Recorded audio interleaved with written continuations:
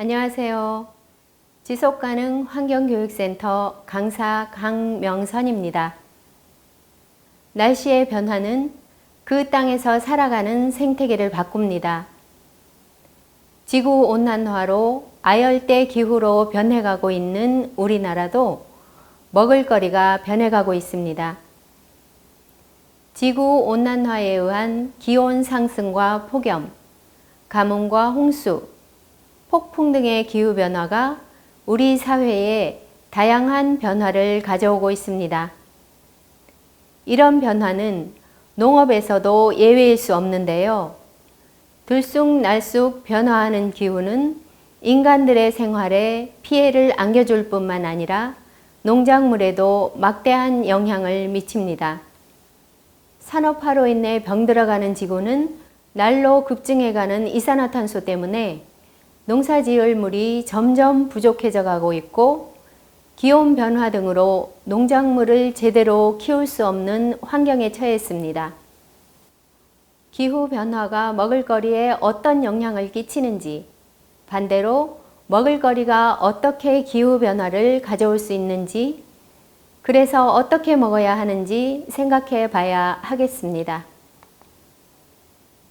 이 시간에는 기후변화로 인한 생산지의 변화, 그리고 푸드 마일리지가 무엇이며 어떻게 계산되는지 알아보고 푸드 마일리지를 줄이는 방법들을 알아보겠습니다.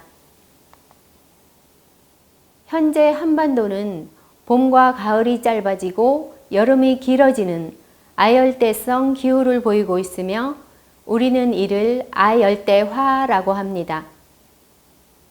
한반도 아열대화가 가속화되면서 주요 농산물의 재배지가 변하고 있습니다.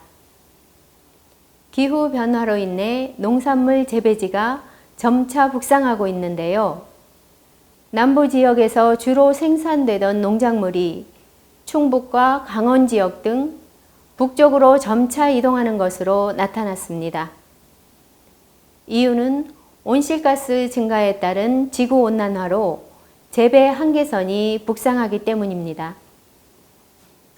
사과는 대구가 주산지였지만 기후변화로 경북 북부 지역, 충북을 넘어서 이제는 강원 산간 지역에서도 사과를 재배하고 있습니다. 통계청에 따르면 이러한 추세가 지속된다면 2090년에는 강원도 일부 지역에서만 사과를 재배할 수 있을 것으로 예상됩니다.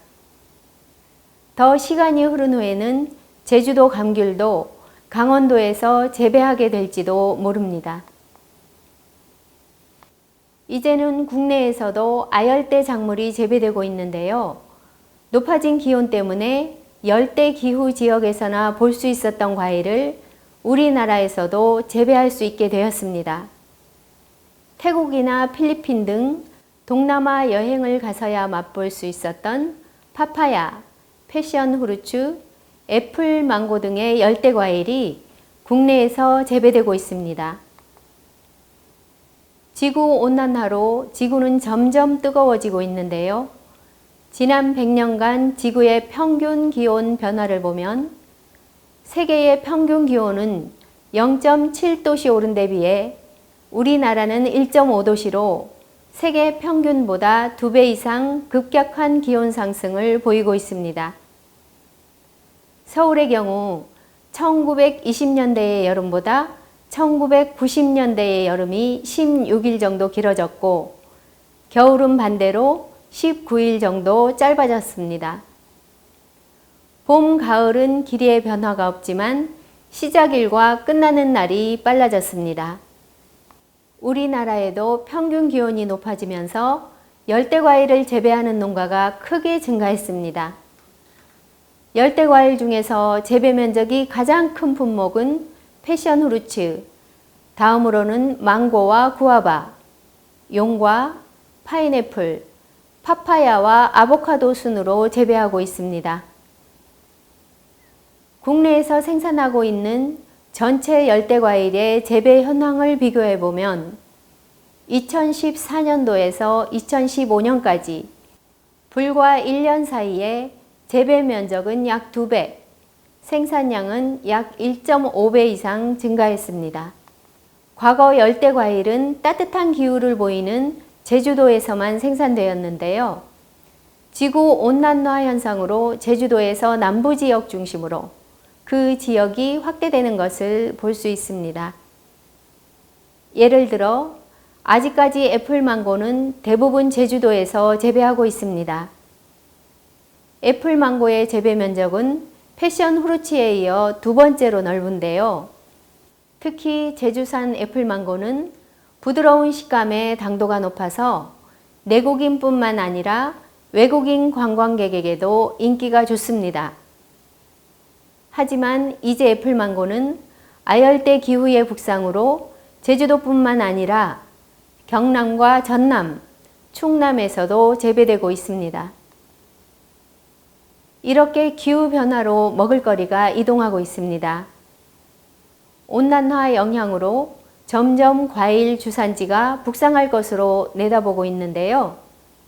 남쪽에서 재배되던 과일이 북쪽 지역에서도 자랄 수 있게 되면서 기존 과일 재배 전선에 변화가 생겼습니다. 제주도에서 자라던 한라봉이 전북 김제까지 북상했고 대구의 사과 재배지는 75%나 줄어든 반면 경북 청송은 사과 재배 면적이 21%나 증가했습니다. 사과를 재배할 수 있는 지역이 빠르게 줄어가고 있습니다. 파란색이 사과를 재배하기 좋은 지역인데요. 2060년 이후에는 강원도 일부 지역에서만 사과를 재배할 수 있을 것으로 예측합니다. 점점 우리나라가 아열대 기후로 변해서 2090년쯤에는 국산 사과를 먹기 힘들지도 모른다고 합니다. 지구의 기후가 점점 올라감에 따라서 농산물 재배지뿐 아니라 바다에서 잡히는 물고기의 종류도 변하고 있습니다. 이제까지 많이 잡히던 물고기 종류가 잡히지 않고 거의 잡히지 않던 종류가 잡히기도 합니다. 제주도 특산물로 잘 알려진 옥돔이 동해에서 잡히고 있고 제주도 바다에서는 자리돔 대신 열대 어종들이 많이 보이고 있습니다. 전어도 어획량이 감소했고 대신 멸치와 고등어, 오징어가 그 자리를 대신했습니다. 난류성 어종인 오징어가 동해안의 수온 상승으로 어장이 넓어졌습니다. 이렇게 기후변화로 인한 우리나라 주변의 해수면 온도가 상승하고 있고 수온의 변화가 수산 자원과 해양 생태계에 많은 영향을 주고 있습니다. 아열대 부근에서 서식하는 초대형 노란 가오리가 수십 마리 또는 수백 마리까지 포획되기도 하고 제주도 해수욕장에서는 열대 해파리가 해수욕객들을 긴장하게 합니다. 또 기후변화로 인한 수온 상승에다 항만개발, 양식장, 인간이 일으키는 오염까지 보태어지면서 해조류가 녹는 갯녹음 현상이 우리나라 주변 해안에 퍼지고 있는데요. 갯녹음 현상은 해조류가 사라지고 대신에 하얀 무절 석회조류가 바위에 잔뜩 달라붙는 것을 말합니다. 탄산칼슘이 주 성분인 무절 석회조류는 수산 생물에게 먹이가 되지 못해서 해조류도 사라지게 됩니다. 또 해조류가 사라지면 물고기가 산란할 장소가 마땅치 않아서 결국 어장은 망가지고 맙니다. 갯녹음 현상은 백화 현상이라고도 하는데요. 우리가 살고 있는 제주도가 제일 심하다고 합니다. 제주마을 어장의 3분의 1이 이미 백화 어장으로 변했다고 합니다. 또 과거 동해의 주요 어정이던 명태가 더 이상 잡히지 않게 되었습니다. 대신 난류성 어종인 보거가 잡히고 있는데요. 그 이유는 동해의 수온이 상승하면서 차가운 바다에서 사는 명태는 살 곳을 잃게 되고 따뜻한 남쪽 바다에서 살던 보거는 수온이 상승한 동해로 이동해서 살게 되었기 때문입니다. 이처럼 지구온난화로 인한 생태계 변화는 사라지는 명태만의 문제가 아닙니다. 기후변화가 계속되면 우리의 밥상에서 어떤 음식들은 사라질 수도 있다고 합니다. 위기에 처한 음식에는 어떤 것들이 있는지 순서 없이 10가지를 알아보겠습니다. 먼저 쌀입니다. 평균 기온이 1도씨가 올라가면 쌀 생산량은 약 10%가 줄어든다고 합니다. 인구는 계속 증가하지만 농사를 지을 땅과 물은 점점 줄어들고 있습니다. 다음은 맥주입니다. 맥주를 만드는데 가장 중요한 원료는 물과 보리, 그리고 호비인데요. 평균 기온의 상승과 기상재해는 보리와 호비 자라는 데에 부정적인 영향을 미칩니다. 또 맥주를 자연 방식으로 발효시키는 양조장에서는 밤 사이 온도가 충분히 떨어지지 않아서 만들던 맥주를 버리는 일이 종종 생기고 있다고 합니다. 초콜릿도 위험합니다. 초콜릿의 주 원료인 코코아는 가뭄이 계속되면 생산량이 감소하고 곤충 공격에 취약해집니다. 전 세계의 기호식품인 커피도 안전하지 않습니다. 기후변화로 인한 곰팡이 때문에 커피의 생산에 큰 피해를 입기도 했습니다. 다음은 아보카도입니다. 아보카도 1kg을 생산하는 데에는 같은 양의 토마토를 생산할 때보다 물이 8배나 더 필요합니다. 다음은 땅콩인데요. 가뭄이 들면 줄기가 말라붙고 땅속에 곰팡이도 생기기 쉽습니다. 와인도 기후변화로 사라질 위기의 음식에 들어가 있습니다. 와인은 기후변화로 인해서 전체 생산량이 약 80% 정도가 감소할 것이라고 예상되고 있습니다. 해산물도 위험합니다. 수온이 상승하고 용존 산소량이 감소하면 물고기의 크기가 작아지고 개체 수가 감소하며 질병에 취약해집니다. 감자는 열 스트레스에 특히 민감하다고 합니다. 기온이 상승하면 덩이 줄기가 잘 생성되지 않는 등 여러 가지 문제가 발생합니다. 마지막으로 사과입니다. 사과가 상품 가치가 있는 열매를 맺으려면 추운 기간이 충분하게 지속되어야 합니다. 겨울이 충분히 길지 않을 경우에는 사과나무에 싹이 나지 않거나 개화가 늦어지고 열매를 잘 맺지 않는 증상이 나타나기도 합니다. 기후변화로 사라질 위기의 음식 10가지를 알아보았습니다. 다음은 푸드 마일리지 이야기인데요. 푸드 마일리지는 우리의 건강과 지구 온난화와도 관계가 깊습니다. 식재료의 이동거리가 멀수록 푸드 마일리지는 높아지는데 나라별 1인당 푸드 마일리지는 조사국 중 최고로 높아서 프랑스의 10배 가까이나 됩니다. 그만큼 먼 곳에서 오는 식재료를 많이 먹고 있는 것인데요. 푸드 마일리지가 이렇게 높은 것은 우리나라의 먹을거리 작업률이 OECD 회원국들 가운데서도 최하위 그룹에 속합니다. 우리나라 국민이 우리나라에서 농사지은 먹거리를 먹지 못하고 수입 농산물을 많이 먹고 있다는 이야기입니다. 푸드 마일리지를 계산하는 방법은 운송량과 운송거리를 곱해주면 되는데요. 미국산 오렌지 5kg과 제주산 감귤 5kg의 푸드 마일리지를 비교해보면 미국산 오렌지가 약 8배 정도로 푸드 마일리지가 높습니다. 식품의 이동거리를 줄인다는 것은 지역 농부들과 지역 경제 발전에 도움을 주고 지구온난화를 일으키는 화석 연료의 사용을 줄이며 이동 시간이 길어지면 생길 수도 있는 병균의 침투로부터 안전해질 수 있다는 뜻이기도 합니다. 푸드 마일리지 내용을 잘 설명해주는 동영상 보겠습니다.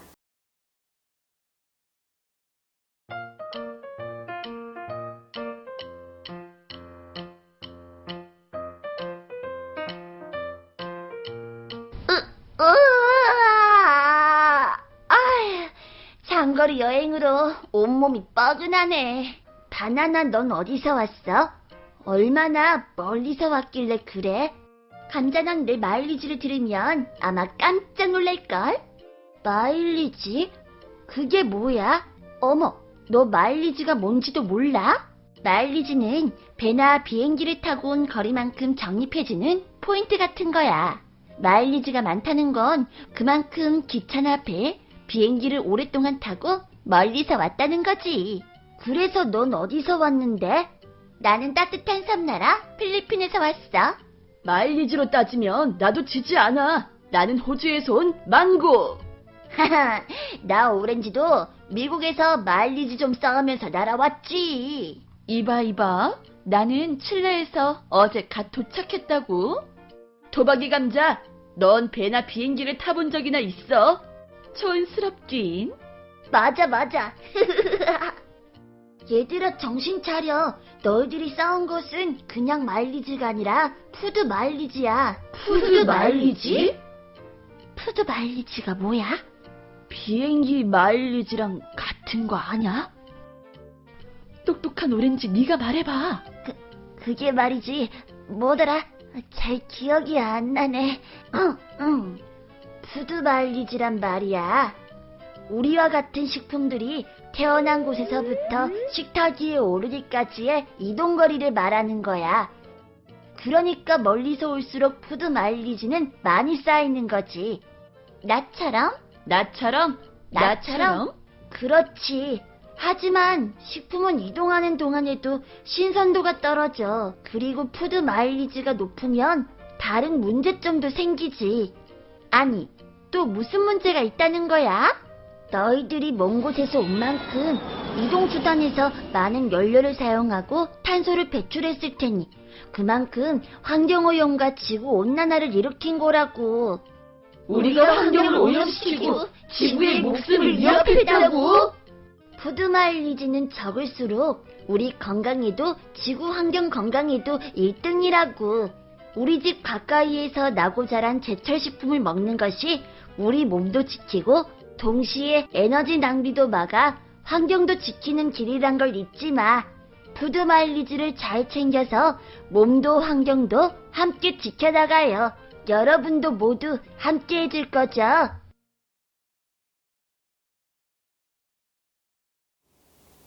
어떻게 하면 푸드 마일리지를 줄일 수 있을까요?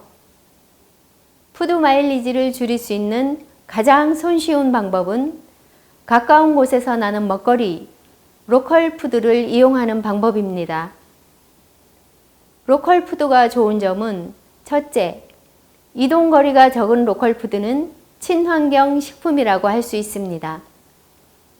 내가 사는 지역에서 생산된 먹거리이기 때문에 신선합니다. 안전한 먹거리라고 할 수 있습니다.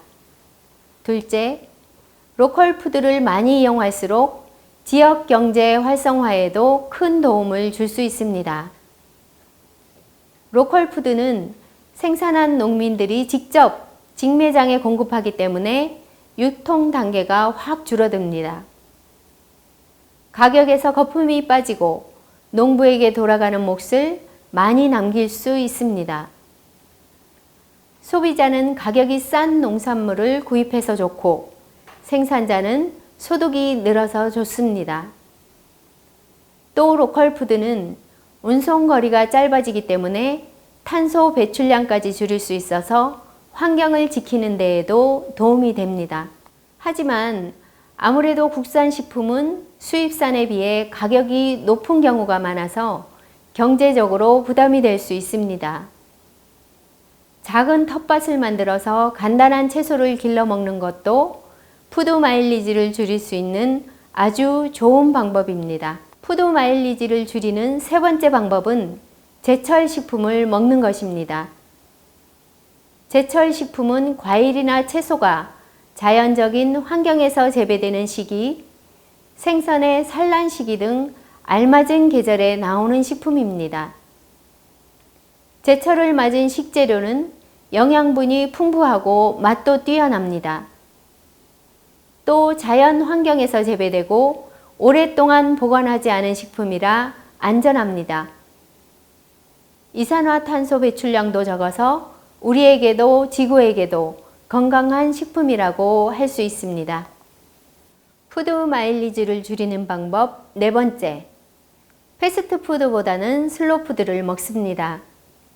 슬로푸드는 전통 방식으로 재배한 식재료를 사용해서 조리하기 때문에 영양이 풍부하고 소화가 잘 되는 것이 특징입니다. 또 화학 조미료를 거의 사용하지 않아 건강에 좋고 지역 농산물로 만들어 환경까지 보호할 수 있습니다. 패스트푸드는 열량은 높고 영양소는 낮아서 건강에 좋지 않게 작용합니다. 반면 슬로우푸드는 신선도가 높아 맛과 영양이 풍부합니다. 살충제, 방부제 등의 유해 물질 사용이 적습니다. 온실가스의 배출량이 적어서 지구온난화를 늦출 수 있고 지역 농산물 소비로 지역 경제 활성화에 기여합니다. 건강과 환경을 생각하면 패스트푸드의 섭취를 적당히, 가능하면 적게 해야 하겠습니다. 전통 음식은 슬로우푸드라고 할 수 있는데요. 한국인의 밥상에서 절대 빠질 수 없는 김치는 대표적인 우리나라 전통 음식입니다. 유산균이 풍부해서 변비와 골다공증 예방에도 도움이 되고 항암 효과가 있는 것으로도 알려져 있습니다. 우리나라 모든 사람들이 즐겨 먹기 때문에 지역마다 지역에서 나는 재료를 활용하여 김치를 만들어 먹었습니다. 그래서 지역마다 특색 있는 김치의 종류가 다양합니다. 이 밖에도 우리나라의 전통 음식인 한식은 영양도 풍부하고 색깔도 다양한 식재료를 사용해서 맛과 영양면에서 훌륭하다고 할 수 있습니다. 한식의 우수함은 세계적으로도 많이 알려져서 한식을 좋아하는 외국인들도 많아졌습니다. 제주의 전통 음식에는 빙떡과 몸국, 고기국수와 자리물회 모두 사랑받고 있는 음식들인데요. 보기에는 다소 투박해 보이지만 제주 전통 음식은 양념을 가능한 줄이고 조리 과정도 최소화해서 원재료의 맛을 최대한 살리는 것이 특징입니다. 지역 음식이므로 당연히 신선한 재료를 사용합니다. 푸드 마일리지를 줄이는 마지막 방법입니다. 고기보다는 채소를 먹습니다. 동물성 식품인 육식이 문제가 되는 이유는 왜일까요? 육식이 바로 기후변화를 앞당기고 지나친 육류 섭취는 건강에도 좋지 않기 때문입니다.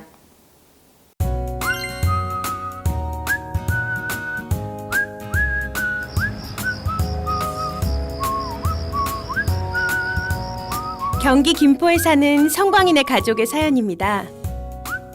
오늘은 오랜만에 온 식구가 저녁을 함께하네요. 한 상 가득 차려진 쌈밥이 정말 보기만 해도 군침이 돕니다. 와, 상다리 부러지겠다. 이 채소들 싱싱한 것 봐. 오늘 로코푸드 직매장에 갔는데 야채들 상태가 너무 좋더라고. 가격도 착하고. 낮에 장을 보던 성광이 엄마는 동네 아주머니들의 소문을 듣고 집 근처에 새로 생긴 로컬푸드 직매장에 갔습니다. 어머, 상추 좀 봐. 금방 떴나 봐.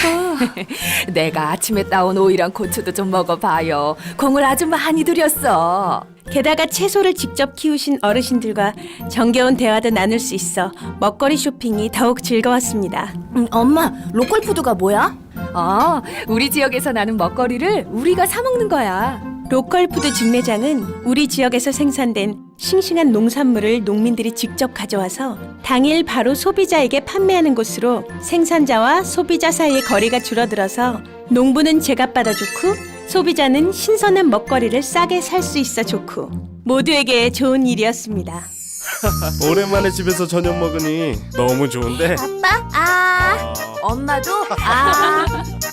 흘린 땀을 제대로 보상받는 우리 농가도, 착한 가격에 건강한 밥상을 즐기는 우리 가족도 지금 행복합니다.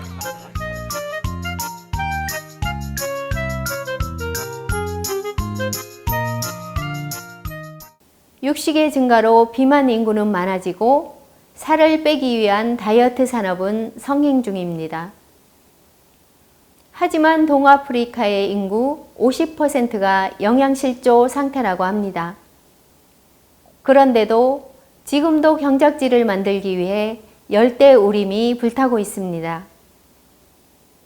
열대우림은 지구온난화를 막을 수 있는 중요한 생태계입니다.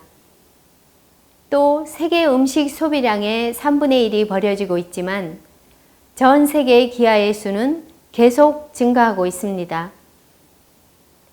이제는 식사를 준비할 때부터 가족 수를 고려한 메뉴 선정과 필요한 양만큼만 조리하는 건강한 식생활을 해야 하겠습니다. 처음에는 쉽지 않겠지만 이런 습관들이 쌓여서 우리 자신은 물론 지구도 건강해질 것입니다. 나의 건강도 지키고 내가 사는 지역사회도 지키고 책임감 있는 지구인으로서 환경도 지킵시다. 감사합니다.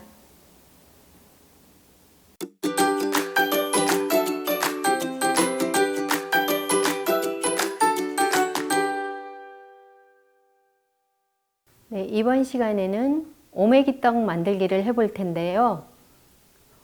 벼 농사가 힘들었던 제주도에서는 조와 보리를 재배해서 주식으로 먹었습니다.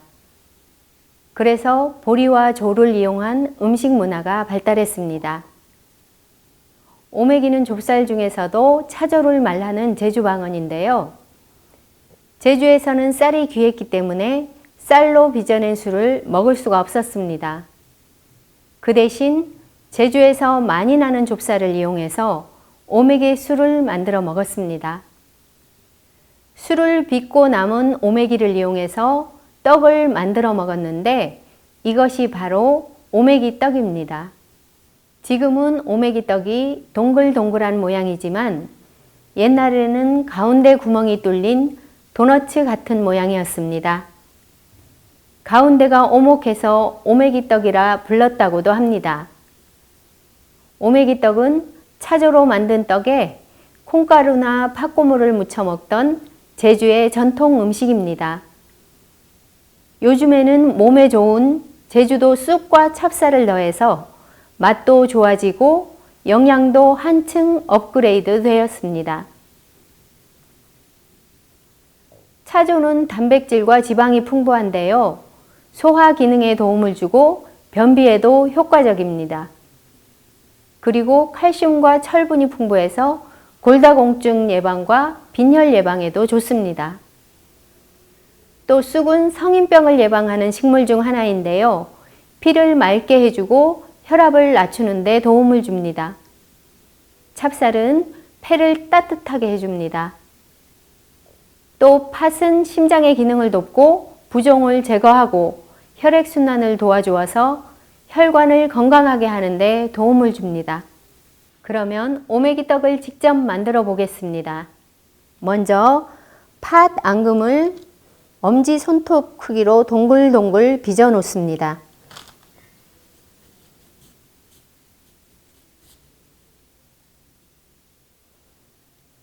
다음은 오메기 반죽을 100원 동전 크기로 떼어내어 납작하게 펴줍니다.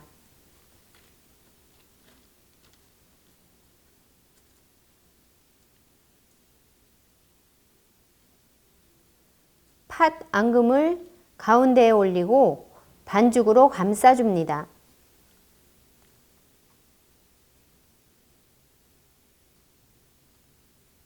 감싸준 오메기 떡을 팥 고물 위에 놓고 덮어줍니다.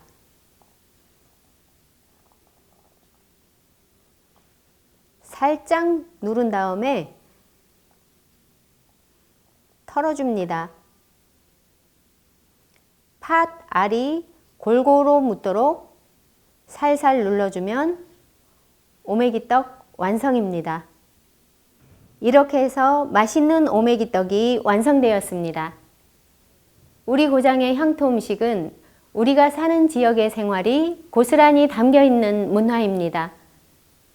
전통 음식은 우리가 건강을 지켜내는 가장 좋은 방법이며 잘 지켜서 후손에게 물려줄 소중한 문화유산입니다. 감사합니다.